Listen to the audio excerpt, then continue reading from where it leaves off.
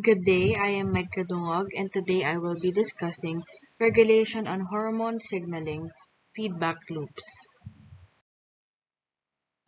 The conditions inside the hormones are altered in response to a stimulus. The hormones are responsible for regulating the internal body temperature. A feedback mechanism tends to speed up or inherit a procedure. Among most of the hormones, this loop usually provides negative feedback. Negative feedback mechanisms smoothen things when they start becoming too extreme. Example is the thyroid gland that is regulated by a negative feedback mechanism.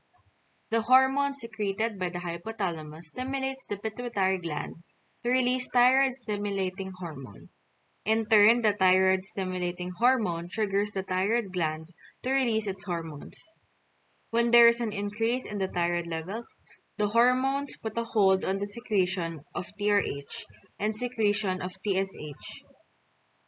The hormone secretion by the thyroid gland is inhibited without the stimulation of TSH. The secretion of insulin by the pancreas is also controlled by the negative feedback mechanism. Positive feedback mechanism takes place when the original effect of the stimulus is enhanced by the output. Milk secretion by a mother's mammary glands is an example of a positive feedback mechanism. While suckling, the nerve sends signals from the nipple to stimulate the pituitary gland to secrete prolactin. In turn, prolactin triggers the mammary glands to secrete milk. As the baby suckles more prolactin is secreted and more milk is produced. For every function it controls, the endocrine system follows this general pattern. A signal is received, a hormonal response takes place, a reaction occurs. Most endocrine activities are regulated by a series of complex feedback loops. These loops work like a thermostat that responds to temperature changes by telling a furnace to turn on or off. When it's cold, the thermostat signals the furnace to turn on and make heat. Endocrine glands react to hormonal changes in the blood in much the same way that a thermostat does.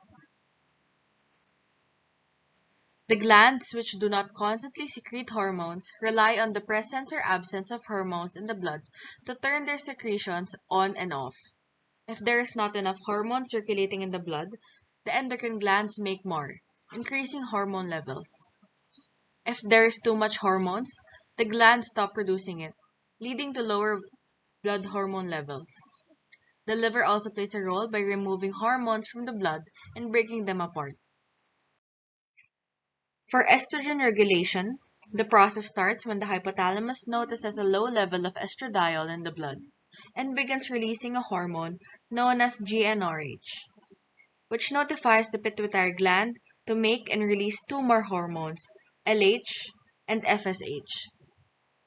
In females, LH and FSH tell the ovaries to secrete estradiol and progesterone, which stimulates the growth of the egg-producing ovarian follicle and prepares the uterus for pregnancy.